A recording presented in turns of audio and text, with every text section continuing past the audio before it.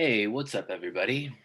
Welcome back. One of the challenges of COVID is working from home and dealing with loud neighbors, them enjoying the beautiful spring weather while you're trying to focus inside. It presents a lot of difficulties. And so, if you're one of those people working inside, I empathize with you. And I know that many of you are taking exams and writing papers, so you're probably feeling a bit cooped up. Well, sorry to hear that. It is Friday. Hopefully, this weekend you can get out, enjoy yourself, get some fresh air. I plan to do that at least because today I was stuck inside wearing earplugs and trying to focus while my neighbors were what is it? What's the game? Bocce Playing ball? Corn cornhole cornhole. Playing and cornhole blasting Creed. and blasting Creed. I was waiting for Nickelback, but uh, I'm still waiting. It's so good to see you. Welcome back. Very excited to continue talking about voter turnout. And on Wednesday we were really critical of the literature because it almost exclusively focuses on institutional factors like compulsory voting and the electoral system or the competitiveness of national elections, these kinds of questions. Those are certainly important, but that neglects the socioeconomic component, which might relate to any number of factors that relate closely to voting on an individual level. So today what we're going to do is pick up where we left off by discussing some of these socioeconomic variables, and we'll also talk about party systems. We'll talk about the political environment, and ultimately we'll try to wrap it up and identify the questions that still remain and try to figure out where we are and where the future might be with regard to this kind of research. So what I wanted to do with you is focus a lot on the why question today. If it is the case that age and education and income relate to voter turnout, why? Why does education matter? Why does national income matter? We'll focus then on the mechanisms, the reasons that these factors enhance turnout or don't. And so then we're thinking about the mechanics, right? We're thinking in terms of causation. And that's a really interesting and analytical discussion that I want to engage with you as we go along. So welcome back and let's get started. The starting point for today is an insight that's probably familiar to you already from the reading and the work that we've done in the class, which is that voting on an individual level varies with age, education, and income. So older people tend to vote at a higher rate. More educated people also tend to have a higher propensity to vote, and people of higher income also tend to vote more readily because they're able to, because they can take work off, or for any number of reasons that we've already discussed in class.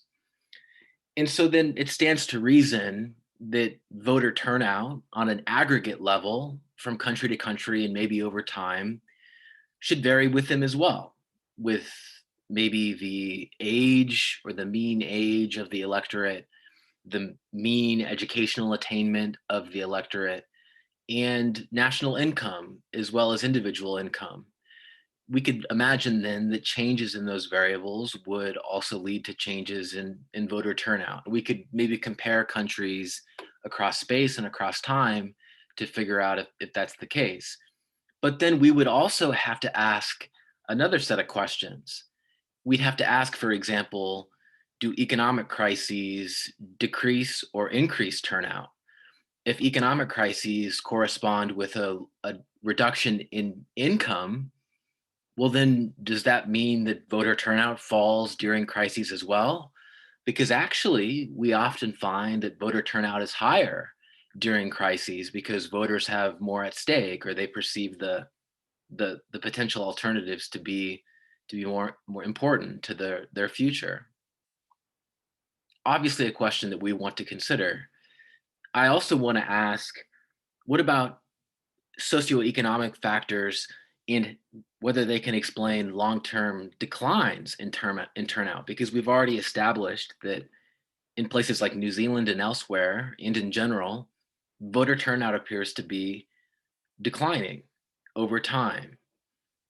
We know that educational attainment and income as well in advanced countries have risen over time. So, how do we explain that apparent contradiction?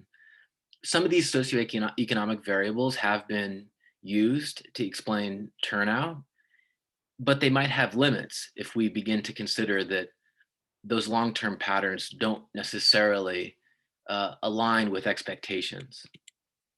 But let's begin looking at this visually. And you'll notice that in the United States, for instance, voting rates do vary by both age and educational attainment. And so, first, notice that older people vote at higher rates. And in each age category, moreover, there's variation in turnout by educational attainment. So, those individuals with a bachelor's degree or higher, represented in the red, tend to vote at the highest rates in all of these different age categories. And so there's clearly a role for both age and education in driving voter turnout in the United States, and presumably cross nationally as well, and perhaps across time as well. And so we can then take a look at data like this, where more generally you would anticipate a positive relationship between voter turnout and education measured in terms of the years of school completed. You can consider also adult literacy as another way of measuring educational attainment. And this data set, for instance, shows that as literacy increases, so too does voter turnout. And so these are the kinds of relationships that we would maybe expect to see. And educational attainment, therefore, appears to be a factor in explaining change across space. But I want to ask you about whether or not change across time can be explained by educational attainment as well. Because consider, for instance, the case of New Zealand, which is a case that I've already talked to you about and that we discussed on Wednesday. Like in other advanced countries, in New Zealand, educational attainment has increased substantially over the course of generations. And even just since 1982, rates of educational attainment have climbed considerably. And there's a clear pattern here, which is that educational attainment is on the rise, even in a country that in 1982 was already quite advanced as far as these kinds of social indicators are concerned. Uh, and so in this case, the indicator being used or the measure being used is the proportion of the population who have at least completed upper secondary school, 25 plus years old males proportion, and this is World Bank data. But notice that despite that increase in education, there's been a clear decline in actual voter turnout in New Zealand. And this is the data that I showed you from Wednesday. And what's striking is that this is an example of a country where voter turnout is still relatively high as far as advanced democracies are concerned. New Zealand has some of the highest rates of turnout among advanced democracies, and still the decline across the course of several generations is very apparent. And so this is what's interesting. These sorts of variables, socioeconomic variables and institutional variables as well, can't adequately explain these patterns. There's clearly something else going on. And yeah, I don't know what it actually is, to tell you the truth. And why would I know? I'm just, teaching the class, and I've read about this, and I'm doing this work along with you. But I don't think the literature knows either how to understand these long-term declines or what might account for them. Perhaps one possibility is that the media environment has continued to evolve. Perhaps globalization has introduced forces that weren't as important in earlier eras. But even then, globalization and integration with the global economy is not a new phenomenon. So, this is a question for you, and I think it's a question for scholars who study this. What accounts for these long-term declines in voter turnout, especially considering long-term increases in literacy and educational attainment, especially considering the relative durability of institutions and even institutional reforms like the switch to proportional representation that theoretically should have increased turnout. So I want you to think about that question, and I'm going to think about it along with you as we proceed. And it's a question that's open for discussion, and that perhaps we'll see again in some form or another. Now we're gonna pivot and begin to talk about some other variables that might be important to voter turnout, and that more or less fit with the narrative that we've already begun to develop around institutional as well as socioeconomic and political factors.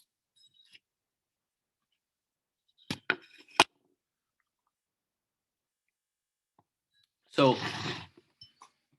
the first variable that we're going to consider is the party system, and in particular the number of parties. And one intuition that's both substantiated with arguments as well as borne out in the data to some degree is that turnout should be higher the more political parties there are. So, if you've got two systems, one with 5 or 6 parties, the other with two, the system with 5 or 6 parties, according to this intuition, should have higher turnout than the system with 2 parties. Now, the question I have for you, and that we'll begin our discussion of these mechanisms, is why? Why should we expect turnout to be higher where there are more parties?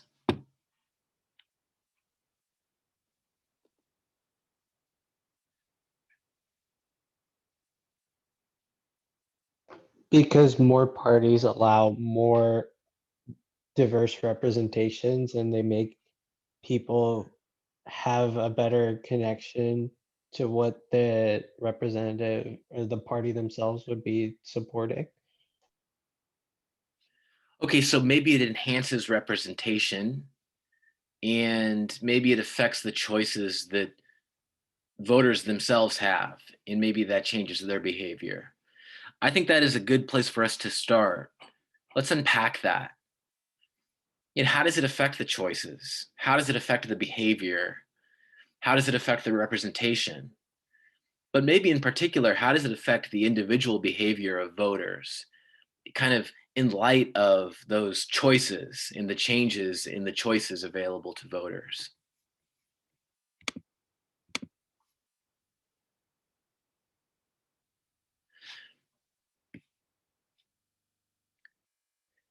Kevin says turnout should be higher because more parties allows for more representation. Certainly. So let's think about how that perception of improved representation changes or alters the behavior of voters, right? How do individual voters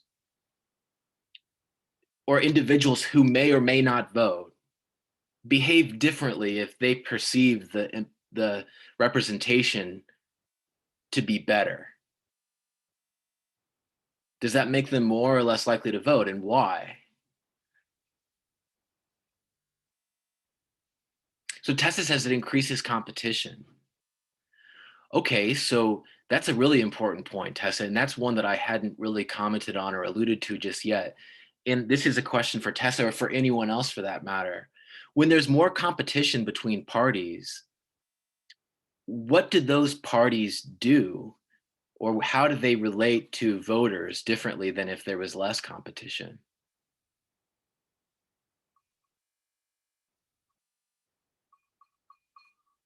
Any ideas?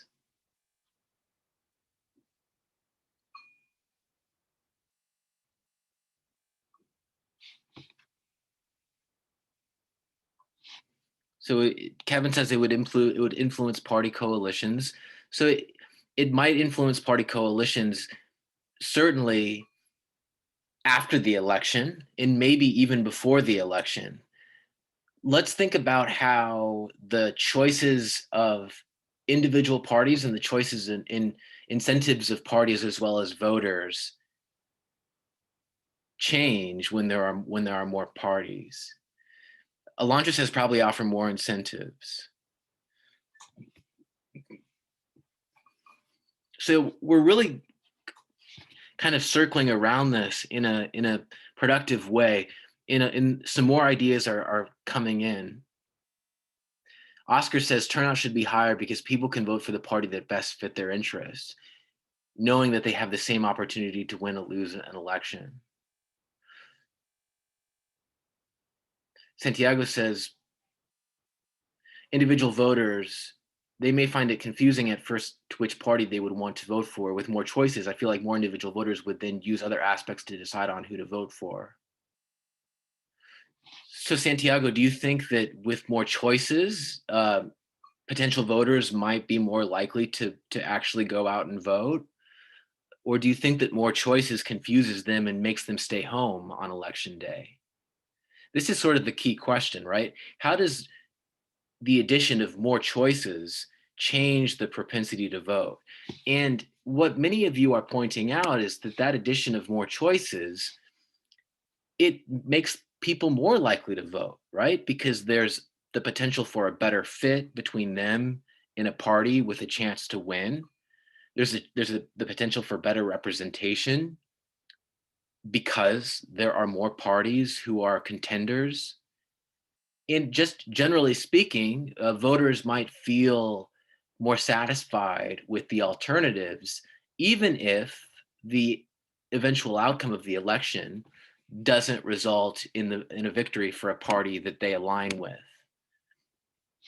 And Alondra says, I feel like more choices offers more liberty because they do not have to choose between just two parties. Certainly, democracy is about a race between elites, and they're competing for the votes of citizens, right? And so those citizens with more choices may feel freer and may feel like the race is more democratic. So insofar as there are more people in the race, that is going to ultimately result in the, the creation or in the anointment of a government. But there are more factors in this equation than just the choices that the voters have. There's also a role for the behavior of parties and how parties influence the behavior of voters in response to uh, the addition of new parties and the way that alters competitiveness between them. And so, simply put, where there are more parties, there's greater electoral mobilization. Just the sheer volume of mobilization increases because there are more parties engaging in more political activities, knocking on more doors, making more phone calls. When you have two parties, they may be equally competitive with each other, but five or six parties who are equally competitive with each other increases exponentially the amount of overall mobilization, the efforts to engage with voters. And so party systems matter because they present voters with more choices, but also because they influence and they shape the behavior of the parties. And in really the overall volume of electoral mobilization that results from the interactions of the parties with the voters.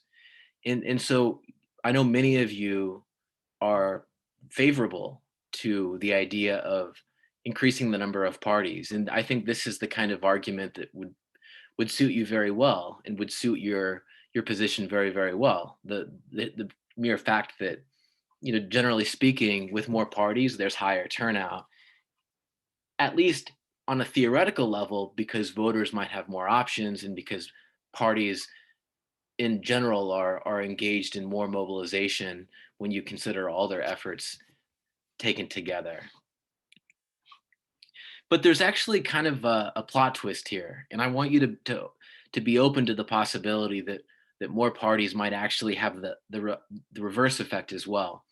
And before I tell you, I should note that there's actually conflicting evidence. Some evidence suggests that party systems and the number of parties does matter, and that more parties does equal higher turnout. But there's also some evidence that suggests that more parties equals lower turnout.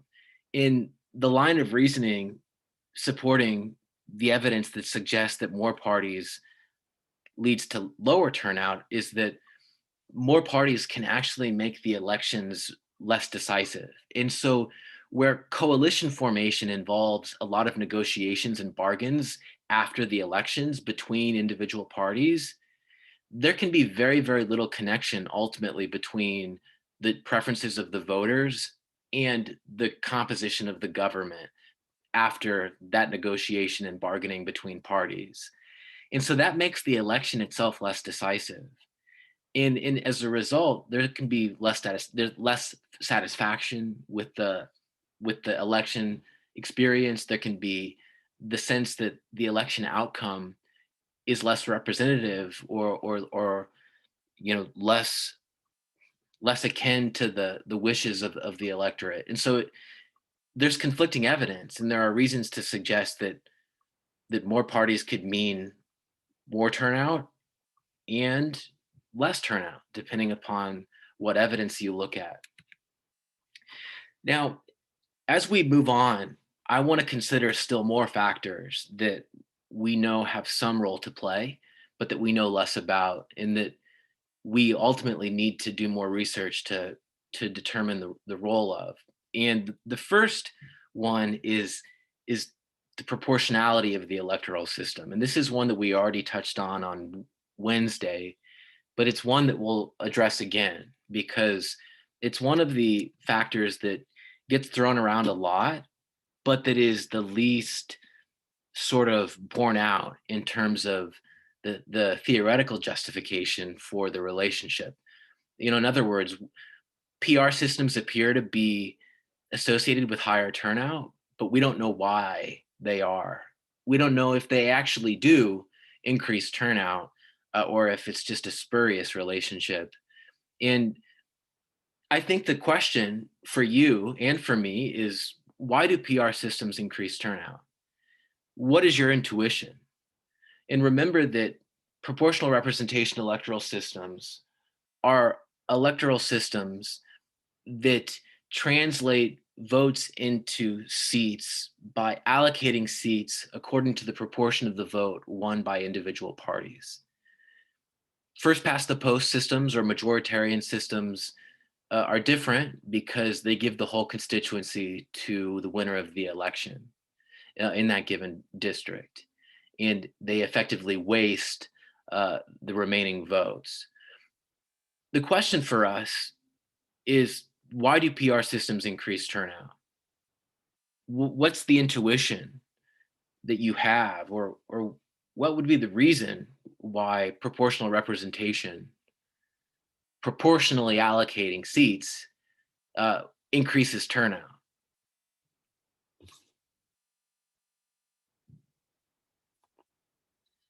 It could be because people think their vote matters more in a proportional election system.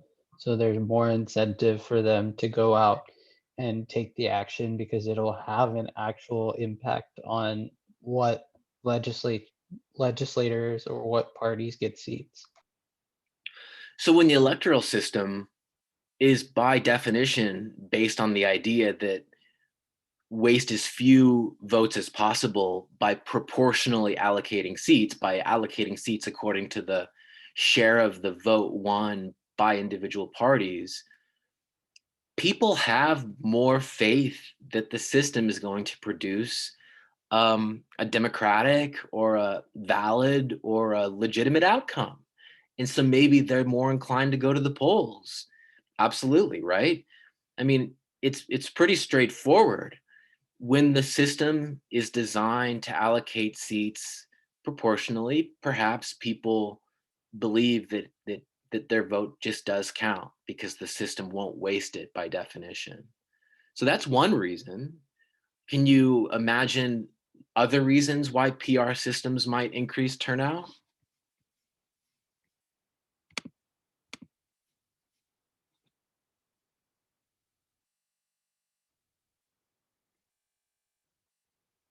So people would feel more represented, says Zeri. Certainly, right? Especially if they know that their vote wasn't quote unquote wasted, which it essentially would be in a majoritarian system if the candidate they voted for did not ultimately win. And Zeri adds that it might be easier to hold candidates accountable.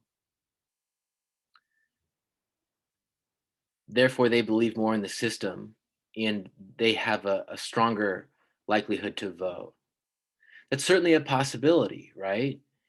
And there could be other reasons too. For instance, PR systems are often more hospitable to smaller parties. Because you're allocating seats proportionally, the barriers to entry for small parties are lower.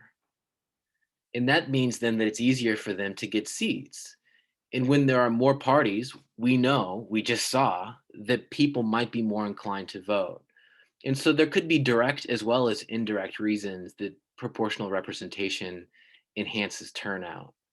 And what's interesting to note is that the literature actually has had less to say on the theoretical front as to why PR systems would increase turnout. But it seems pretty straightforward to us, right? It seems like someone would have done that work by now to clarify the mechanics, precisely why PR systems should enhance turnout. It seems as though there would be direct as well as indirect mechanisms. Kevin says even if their candidate didn't win, as long as their candidate party met the minimum threshold, they can still be represented. Right. And in that regard, maybe the party that they voted for did win in that sense, because um, maybe in their particular district, as Kevin points out, maybe the candidate or the party they voted for didn't meet the threshold, but maybe in others it did, or maybe there are positive attitudes about the system more generally because they believe that their candidate might have a better chance of winning, even if they support a third party or a smaller party. So more generally, I think that there are probably direct as well as indirect reasons that proportional representation would affect turnout.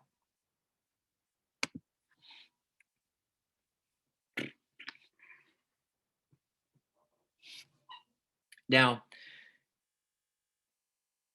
the literature, as you've already seen, it favors institutional arguments. It really places an emphasis on the institutional context, the rules around voting, for instance, compulsory voting, the setup of the democratic state, in whether it's a unicameral or a bicameral legislature, whether it's a majoritarian or a proportional representation system. These variables take center stage. And in fact, the bias towards institutions is so strong that you can very easily find quotes like this: a country with a majoritarian electoral system, bicameralism, and non compulsory voting could easily show turnout levels 40 percentage points below that of a country with a PR system, unicameralism, and compulsory voting. This comes to us from Franklin, 1996. And I want to ask you if you agree. Do you think that turnout more generally can be reduced primarily to differences in institutions. Based on what you've seen so far, based on all of the evidence, the patterns across time and across space, based on the discussions we've had, based on the reading that you've done, do you think that this quote adequately captures uh, reality, the nature of voter turnout?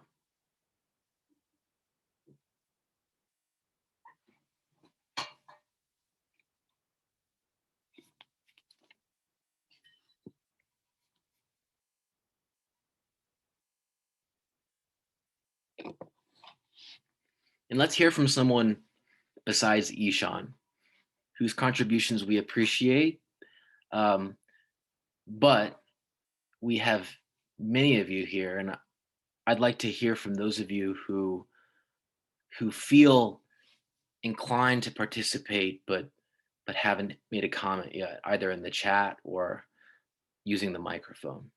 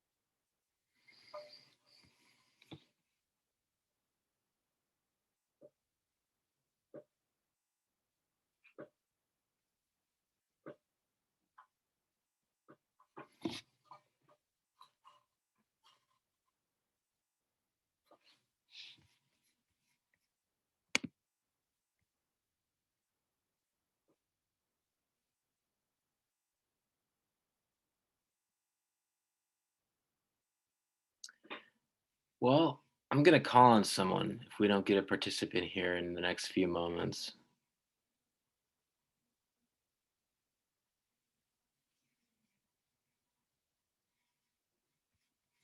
And don't run now. I see the number of participants falling.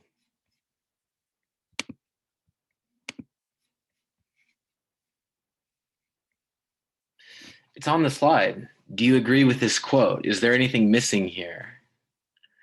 Is it just about institutions? Is it possible that there could be other factors or differences between these countries apart from just the institutions that help explain voter turnout?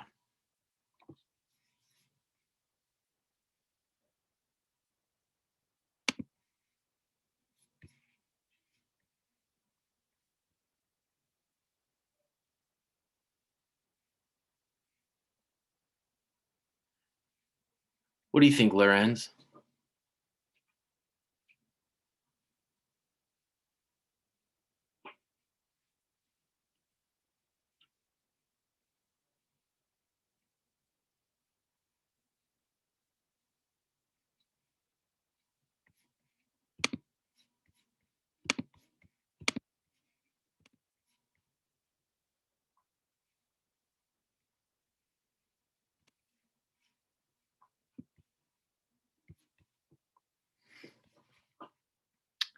So certainly wasted votes is a factor in a majoritarian system when the winner of a plurality or a majority takes the entire constituency and no other party or candidate wins any proportion of that constituency. There are, in effect, wasted votes because the second place candidate doesn't get any representation, or the second place party doesn't get any representation.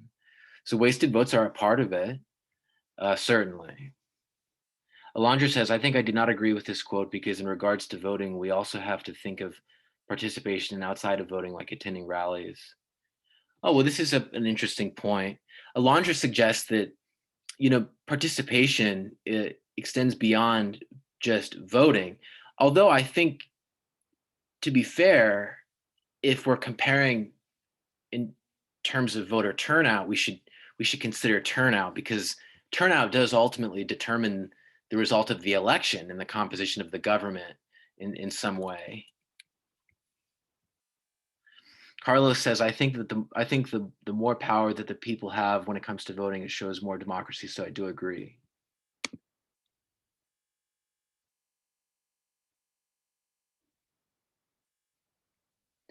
So, but let me put it to you this way. What if our majoritarian country that is bicameral and doesn't have compulsory voting is also much more educated and literate and has a higher income than the country with the PR system, a unicameral legislature, and compulsory voting? If socioeconomic factors are taken into consideration, that institutional component might become less important. And the institutional bias in the literature and the focus on institutions might miss these parts of the picture. And we've already established that voting on an individual level varies based on income, education, age. These factors should also matter to voter turnout. And so the question that I want you to think about is, what are the limitations of an institutional approach when we've already agreed that there's a role for age and education and income in shaping the propensity to vote? Brittany says, I disagree, because in the slide previous with the chart on first past the post and PR, Finland has a PR, yet the UK has a first past the post system, and the UK has higher turnout. Good, Brittany. That's absolutely true. That's an important point, and that's evidence that is right here in front of us. And so we could also point out that there are certainly probably other examples of countries with PR systems, like for instance Chile, that fall well below even these. And Chile has turnout of like 57 or 58%, and it's a proportional representation system. And so clearly there are examples of first past the post systems that do have higher turnout. And so thank you, Brittany, for that comment. That is absolutely true. Now, there's more to it, though, than just socioeconomic factors and institutional factors. There's also a role for country size. And this is a little bit more interesting because we think about it less. Before I get to this, though, I want to incorporate Chandon's point. Chandon says, well, the way parties are broken down and how each country is run is different. So I disagree with this quote that it is partly dependent on the country. We can say that the countries which had the same day voting and which showed some same day voting had higher results. So, but Chandon, those are institutional factors, right? The rules and the procedures in rules about when and how people can vote. So I don't know if that's disqualifying, but that is important to consider too. And maybe the way that we think about institutions and conceive of them should be more encompassing. And those factors that we've talked about clearly do matter. We saw that automatic registration too is another example. The role of country size is really, oh, and I wanted to add too, sorry. Courtney says there are also social factors that play into as well. Good. Certainly there are. In social factors that relate maybe to ideas and cultural practices. So for instance, India is a very poor country, but they've got a high voter turnout. Why? Well, there's a strong kind of ethic of democratic equality and sort of solidarity, and there's a strong value placed on democratic participation, despite it being a very poor country. And so India has high turnout, and there's a lot to India, and it's an interesting case actually. They print ballots in like hundreds of languages. They've got voting places everywhere, including in like the forest of Gujarat. They've got a ballot and voting place for a single person in like the hollow of a tree in a forest. But India is an example of a poor country and a large country, by the way, that nevertheless has very, very high voter turnout. But the role of country size is interesting, and it's a factor that doesn't get a lot of attention. But consider, for instance, that Malta, Luxembourg, and Belgium are all very, very small countries, and they've got some of the highest rates of voter turnout in Europe. And Belgium has 89% turnout, Luxembourg has 84% turnout, Malta has 72% turnout. These are very, very high rates of voter participation. And the question is why? Why would it be the case that small countries turn out in larger numbers? And there's not a lot of discussion or interpretation of this finding, but there are three potential reasons why country size might be uh, relevant. And I'll go over those with you here in a moment. But before I do, let me consider one more comment. Courtney says negative campaigning affects voter turnout. So maybe there are characteristics of the campaign, in the rhetoric, in the messaging that matter. And political communication is probably a factor that doesn't get much attention in this literature. Interesting, Courtney. I actually think that that's an angle that would be really interesting to look at. How does political communication and messaging affect turnout? And if you could, Yeah, sorry, I didn't mean to interrupt, but please. when I was talking about the negative campaigning, I like the example that I was using was like the United States, like in the 2016 election when Trump and Clinton, right? There was a lot of negative campaigning going back and forth to both of the people who were running, right? With Clinton and the whole email controversy that was going on, and even with Trump and his whole life, basically.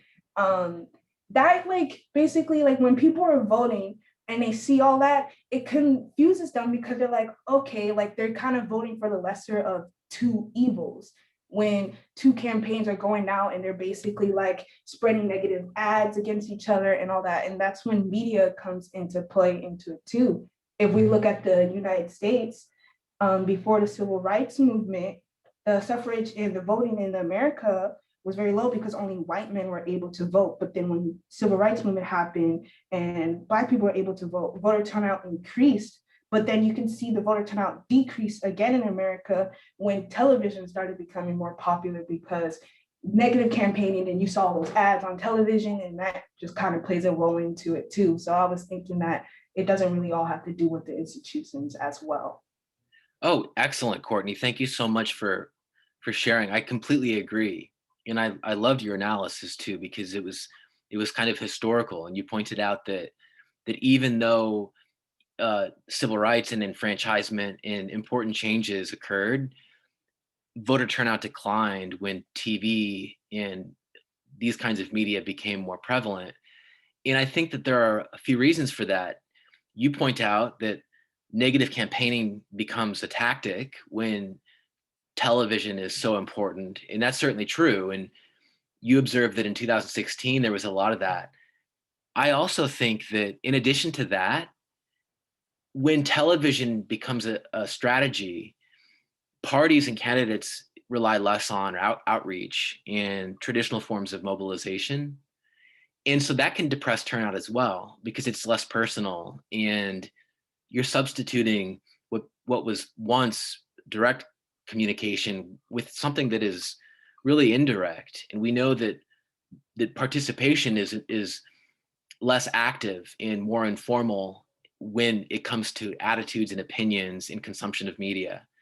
And Yeah. so And also like political participation over media becomes very difficult because media uses they're using it like news and stuff to educate people about politics, quote unquote, but sometimes the media doesn't educate everyone correctly or their information is not always accurate. So when people started going off information that is shown in the news and everything, their knowledge about political campaigns decrease. So they're not really voting based off like correct knowledge. You're basically voting off of what they see on the news. So that can also impact voter participation as well. I agree. And I think what our discussion is pointing to is that there might be an important role for parties and candidates to communicate more directly with voters. And I think that that's where, some younger and frankly, often more progressive politicians are quite effective in mobilizing voters because they communicate directly and they bypass some of the media filtering that is so problematic. And what's interesting, Courtney, is that I think that you could analyze that question in a number of ways. You could compare elections, right? Compare American elections across time and try to measure the type and the nature of the messaging and see if there are patterns that emerge and that relate to the turnout. And you could also study the differences across countries too, and compare them in terms of the messaging and the nature of and the content and the sort of tone of the messaging. And then if that seems to be related to turnout. Really interesting, because political communication is clearly a component of behavior and mobilization. And we already know, and I pointed this out to you in earlier lectures this week, that direct mobilization by parties and direct communication by parties is associated with higher turnout. And so it stands to reason then that these are important things to consider, right? That the type of messaging and these issues are all sort of interrelated. So, as Kimberly points out in the chat, now social media plays a large role too, and social media is another another layer that's built in that we don't know a whole lot about. And I think that these are questions that are interesting to consider.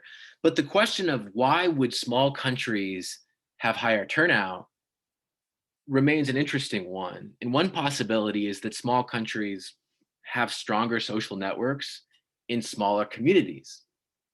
And so they communicate more internally, have tighter relationships, and maybe consequently they vote in larger numbers.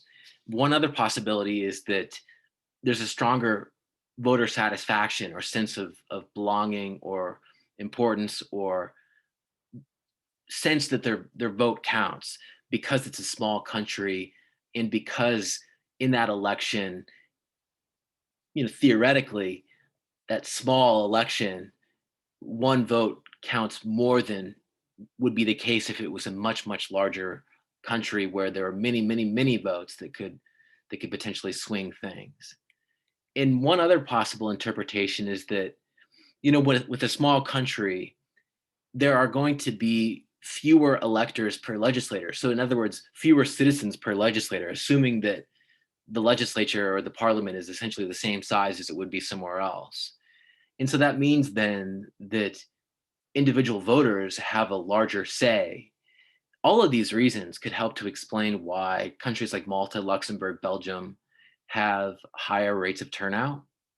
But it's notable that these countries also tend to have proportional representation. They also tend to have some of the institutional features that we've already discussed as being associated with turnout.